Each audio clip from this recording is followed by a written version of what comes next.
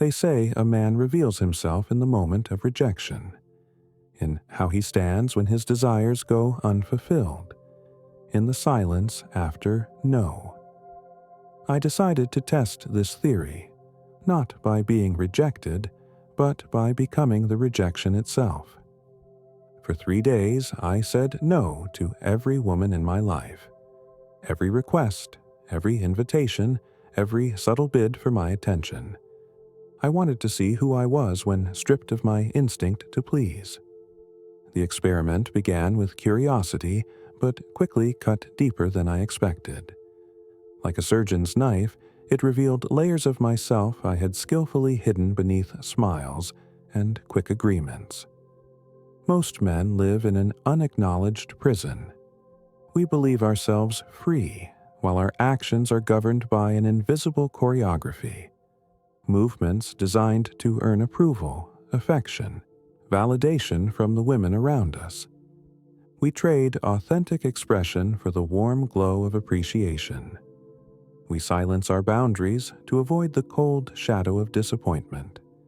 And in this exchange, something essential is lost, something we may not even realize is missing.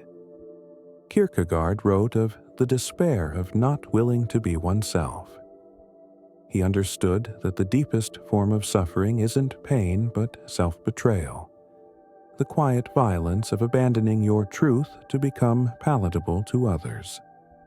This philosopher saw with piercing clarity how we fragment ourselves for approval.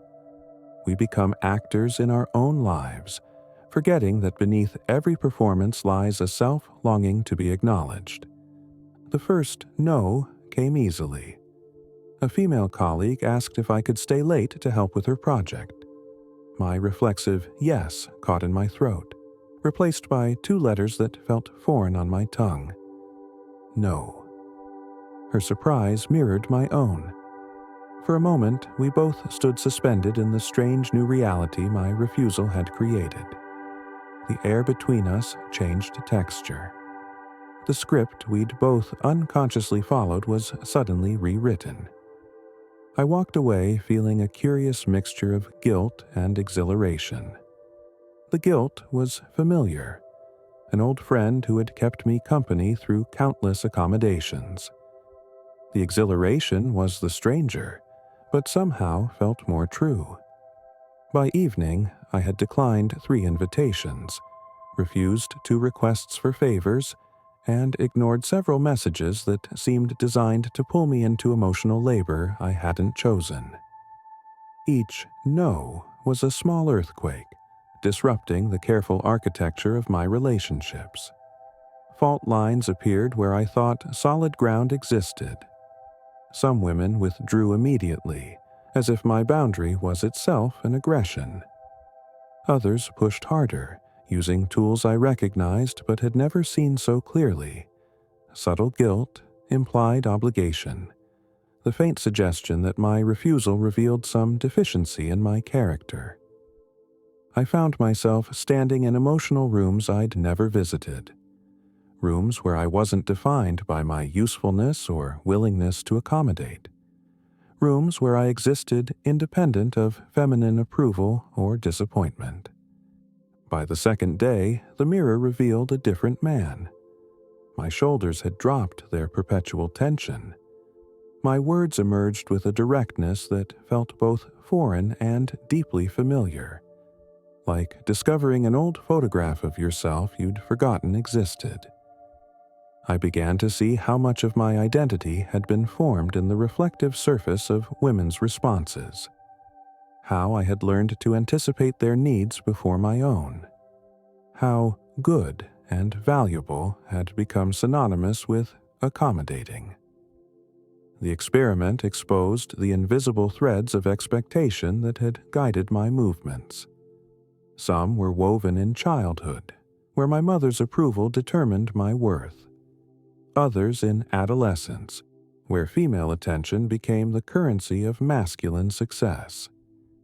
Most insidiously, some threads had been spun in adulthood through relationships where I had slowly surrendered my needs to maintain peace. where I had learned that harmony required my self-erasure. Friedrich Nietzsche wrote of the will to power, not as domination over others, but as sovereignty over oneself. The courage to stand in one's truth against the tidal forces of social expectation. This philosopher understood that true strength isn't measured in control over others, but in refusing to be controlled, even by the subtle tyranny of others' disappointment. As I continued saying no, I noticed how quickly some women moved to reestablish the old pattern. Like water seeking its level, they applied pressure where they sensed weakness, testing the solidity of my boundary. Their techniques were elegant and largely unconscious, a language of influence learned through years of social conditioning, a softening of the voice, a reference to past accommodations, the implication that my refusal hurt not just them, but us. I recognized these methods because I had responded to them 1,000 times before. What was different now was my ability to see them as separate from my own identity, as requests rather than commands, as preferences rather than moral obligations. By the third day, something unexpected happened. The women who remained in conversation with me began to relate differently. Our interactions took on a clarity and directness that felt more authentic, more respectful of our separate identities. Those who had withdrawn in the face of my boundaries revealed something important about our relationship. They had valued not me, but my accommodation, not my presence, but my utility. The forest floor must burn sometimes to reveal what truly belongs there. My experiment had become a controlled fire, clearing away dead growth to show what could flourish in honest soil.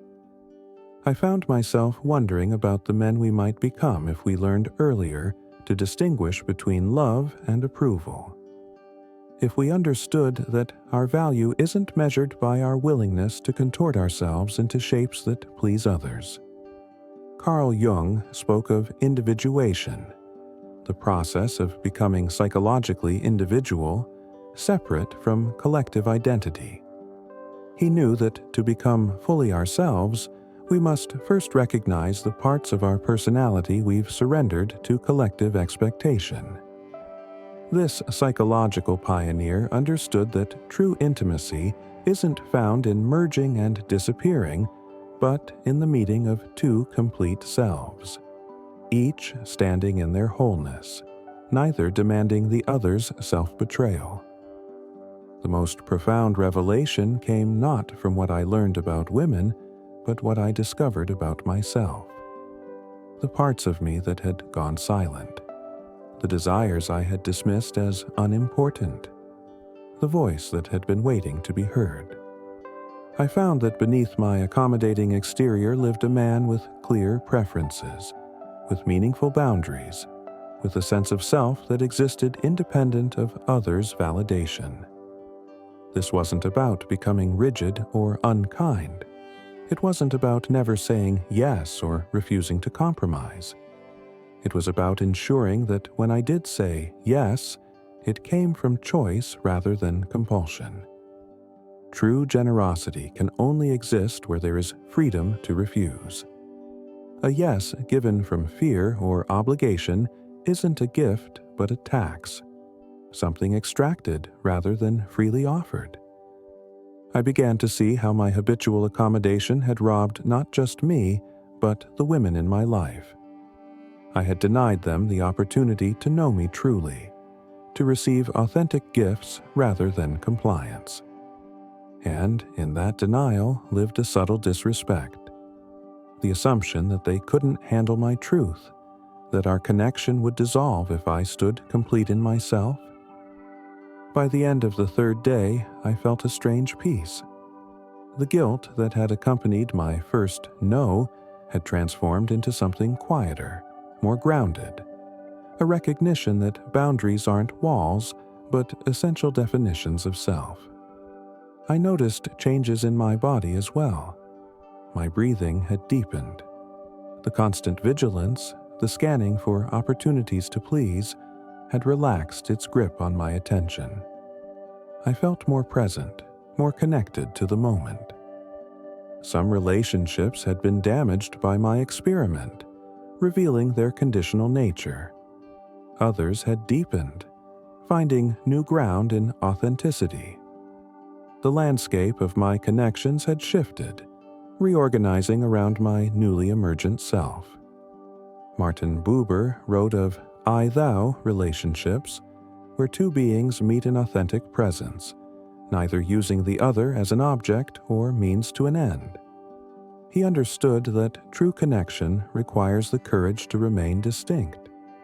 This philosopher saw that love isn't found in losing ourselves in another, but in standing as ourselves before another, fully seen, fully separate, fully real. If this journey resonates with you, perhaps it's time to examine the invisible choreography of your own life, to ask what parts of yourself you've silenced in pursuit of approval, to consider what might emerge if you stood fully in your truth. Subscribe to continue exploring the hidden forces that shape our identity and relationships. Join a community of men seeking deeper authenticity in how they move through the world.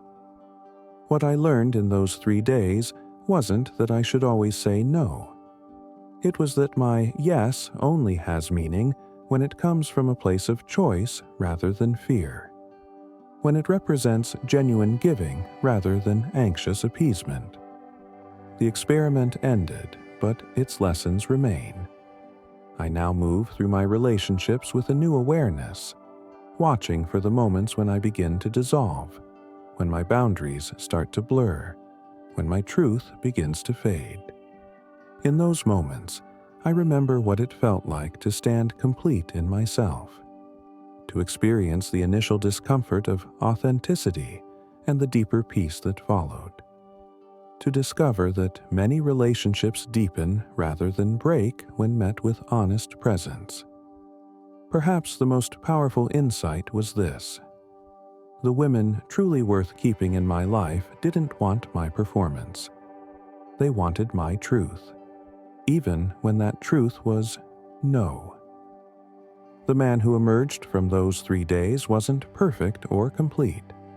He was simply more authentic, less a collection of responses to others' expectations and more a coherent self with his own center of gravity. In the end, saying no wasn't about rejection at all. It was about the most profound form of respect, for myself and for the women in my life. The respect of truth, the respect of boundaries, the respect of meeting each other as we truly are. And in that meeting lies the possibility of something far more valuable than approval: the chance for genuine connection between two complete human beings, each standing in their sovereignty, choosing each other freely rather than from need or fear. This is the invitation before all of us, to discover who we might become if we had the courage to be fully ourselves, to find out what remains when we stop performing and start living, to learn who we are when we finally have the courage to say no.